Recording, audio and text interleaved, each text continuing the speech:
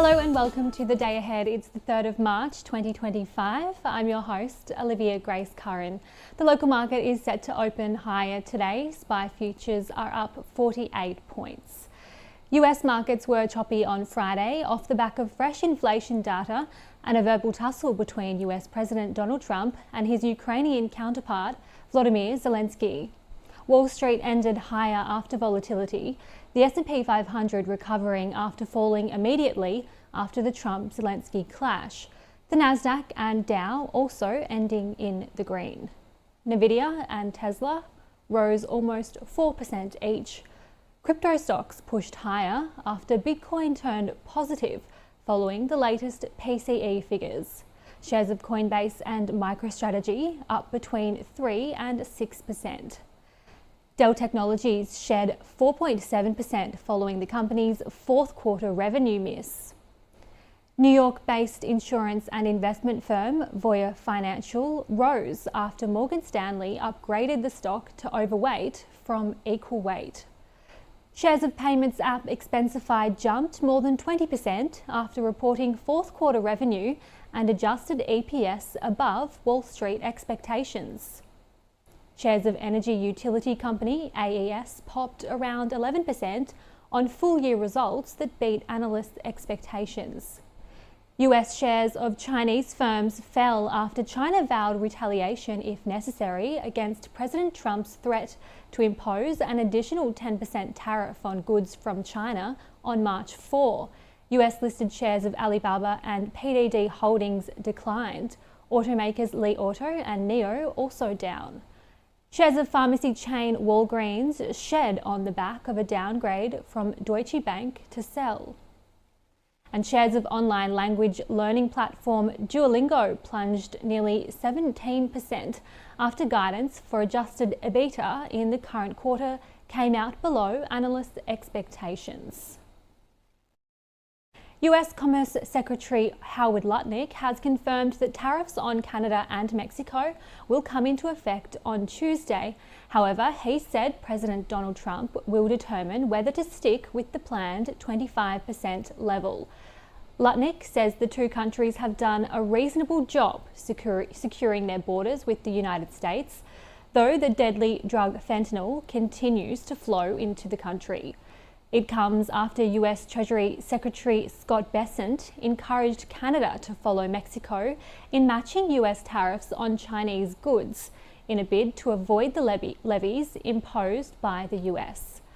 Lutnick says Trump is expected to raise tariffs on China on Tuesday unless the country ends fentanyl trafficking into the US. Meanwhile, economic data on Friday sent mixed signals to the market. Core PCE inflation eased to 2.6% as expected, but consumer spending unexpectedly dropped 0.2% in January. Expectations the Fed will cut rates by at least 25 basis points at its June meeting edged up after the data. Markets now pricing in a 75% chance of a cut. Investors are now bracing for the labour market impact from actions by the Department of Government Efficiency under Elon Musk. US Treasury yields sank to new multi-month lows on Friday. The 10-year yield fell to 2.21%, its lowest since December 11 after the Zelenskyy-Trump headlines. It later recovered to 4.22%. The US dollar initially edged lower on Friday after a reading on inflation. The euro dropped following the Trump-Zelenskyy meeting, while the Aussie has pushed up slightly, currently buying 62.1 US cents. And Bitcoin has risen almost 10% after US President Donald Trump took to social media to announce the names of 5 digital assets he expects to include in a new US strategic reserve of cryptocurrencies.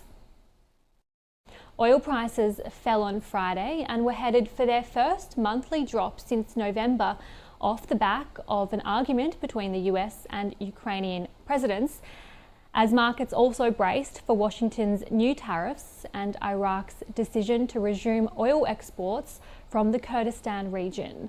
Brent crude futures settled at $73.18 a barrel. Gold prices fell over 1% on Friday as the dollar held close to 2-week highs after US inflation data came in line with expectations, suggesting the Federal Reserve may adopt a cautious stance on additional rate cuts. On the calendar this week, locally we'll get CoreLogic home prices for February and MI inflation gauge for February on Monday. On Tuesday, retail sales for January and RBA board meeting minutes. RBA's Hauser will make a speech on Wednesday. We'll also get building approvals for January and household spending later this week. Overseas, the S&P Global Manufacturing PMI for February will come out today. Eurozone unemployment rate for January on Tuesday, the Federal Reserve Beige Book on Wednesday, US non-farm productivity for the fourth quarter on Thursday, and all eyes will be on the US employment report out on Friday. That does it for the day ahead. I'm Olivia Grace Curran. See you tomorrow.